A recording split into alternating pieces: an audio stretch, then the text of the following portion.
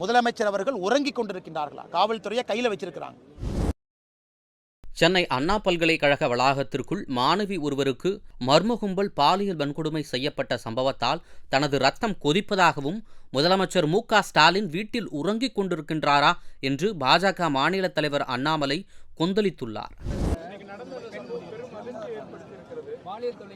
ஆனால் இன்னைக்கு எப்பொழுதுமே நாம் எப்படி சொல்லுவோம்னா, தமிழ்நாட்டில் கேட்காத விஷயங்கள்லாம் கடந்த 3 ஆண்டுகளாக கேட்க ஆரம்பித்திருக்கின்றோம். அதாவது கேங் ரேப், நிர்பயா போன்ற ஒரு கேங் ரேப்பை முதல்ல கேள்விப்பட்டோம்.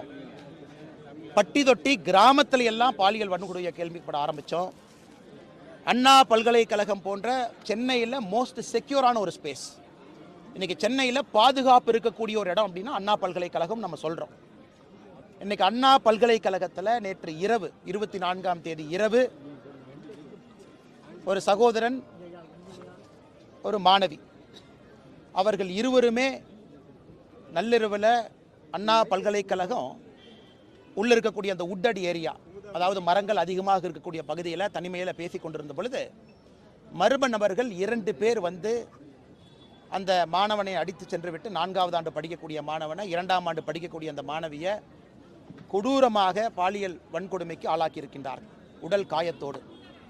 தமிழ்நாட்டில் இதுவரை நம்ம கேட்காதிருந்த எல்லா விஷயத்தையும் கேட்க ஆரம்பித்திருக்கின்றோம்னா என்ன அர்த்தங்க? ரத்தம் கொதிக்கிறது. ஒரு மாணவிக்கு தமிழ்நாட்டினுடைய தலைநகரத்தில் மைய புள்ளியில் அண்ணா பல்கலைக்கழக வளாகத்திற்குள்ள இது நடக்குதுன்னா சாதாரண நம்முடைய குழந்தைகளுடைய நிலைமையை நினைச்சு பாருங்க. இன்னைக்கு அதை விட அதிர்ச்சியூட்டக்கூடிய தகவல் என்னன்னா, அங்க இருக்கக்கூடிய சிசிடிவி பழுதடைந்திருக்கிறது. எந்த சிசிடிவியும் வேலை செய்யல அப்படின்னு இன்னொரு அதிர்ச்சியான தகவலை சொல்றாங்க.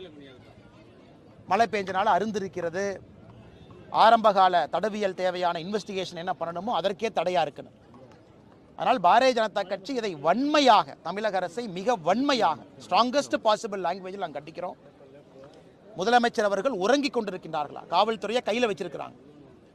ஒரு குற்றமும் அடுத்து நடக்கக்கூடிய குற்றத்தை பார்க்கும் பொழுது முன்னால் நடந்த குற்றம் அதிர்ச்சி அளிப்பதா இல்லை. இந்த குற்றத்தை பார்க்கும் பொழுது இதற்கு முன்பு அதிர்ச்சி அளிச்சது அதிர்ச்சி இல்லை. அப்படி ஒன்றொரு குற்றமும் போட்டி போட்டுக்கொண்டு தமிழகத்தில் சட்டம் ஒழுங்கு என்பது செத்துவிட்டது. சட்டம் ஒழுங்கு என்பது தீவிரவாதிகளுக்காக இருக்கட்டும், ரவுடிகளாக இருக்கட்டும், எந்த குற்றம் செய்யக்கூடியவங்க கூட ஒரு பயத்தை ஏற்படாத ஒரு சட்டம் ஒழுங்கு நம்ம வச்சிருக்கோம்.